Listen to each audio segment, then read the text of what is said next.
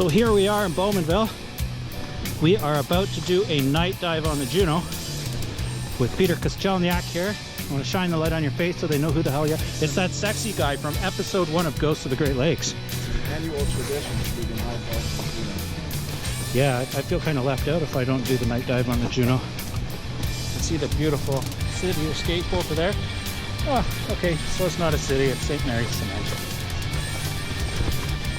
So you'll see just the kind of stuff that we actually put ourselves through to be able to do these kinds of dives. That's the trail. Good times.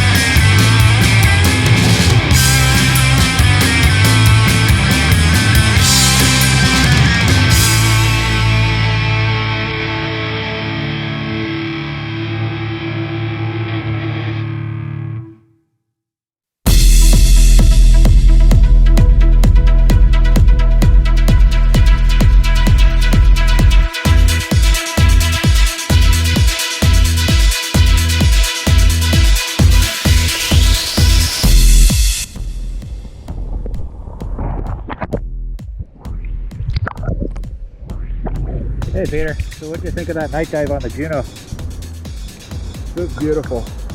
You really get a sense of the shipwreck in detail when you dive at night. It's incredible how big that thing actually is, isn't it? Hey? It's incredible how big it actually is. It seems a lot bigger at night, that's for sure. Yeah. You can certainly get a lot closer to all the creatures down there. A lot more of them are out than about as well. Right. So it's just such a peaceful, serene feeling to be night diving. I love it. I would totally agree with you there.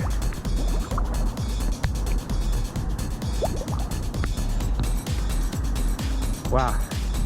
It always amazes me actually how much new stuff I see on that wreck every single time I dive it. They call me Juno Gem. This is one of my favorite wrecks, and probably just because it was my first real shipwreck.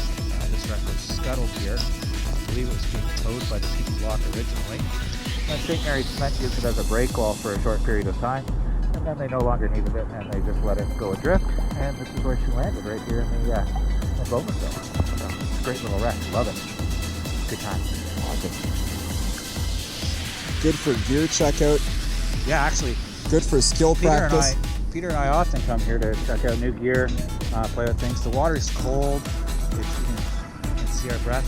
So that gives you an idea how cold the surface of the water is. And not only that, we can go out there, we can check gear, cold water temperatures, but yet it's still fairly shallow. In fact, you could actually snorkel this wreck if you were coming in from shore. But the shallow depth makes practicing your buoyancy tricky. Very, very important. So if you don't have your buoyancy under control, this is not the wreck for you to try. All right, we'll see you next time on the next wreck, possibly the PB Lock. It tells the same story as the Juno. So this is where we are. We are literally hanging out in Lake Ontario. You can see we've got a beautiful moonlight going on over there. We're going to shut our lights off so you can get a view of it there. Look at that. The water was semi-clear. And you can see where we come in here on the shoreline. So the wreck's about 200 feet offshore, directly in line with the inlet. You can see the water levels are actually down quite a bit. Where that down tree is there, normally the water is just barely flowing out over top of there from the pond that's in behind. It's a great place to dive, a great place to learn, a great place to practice.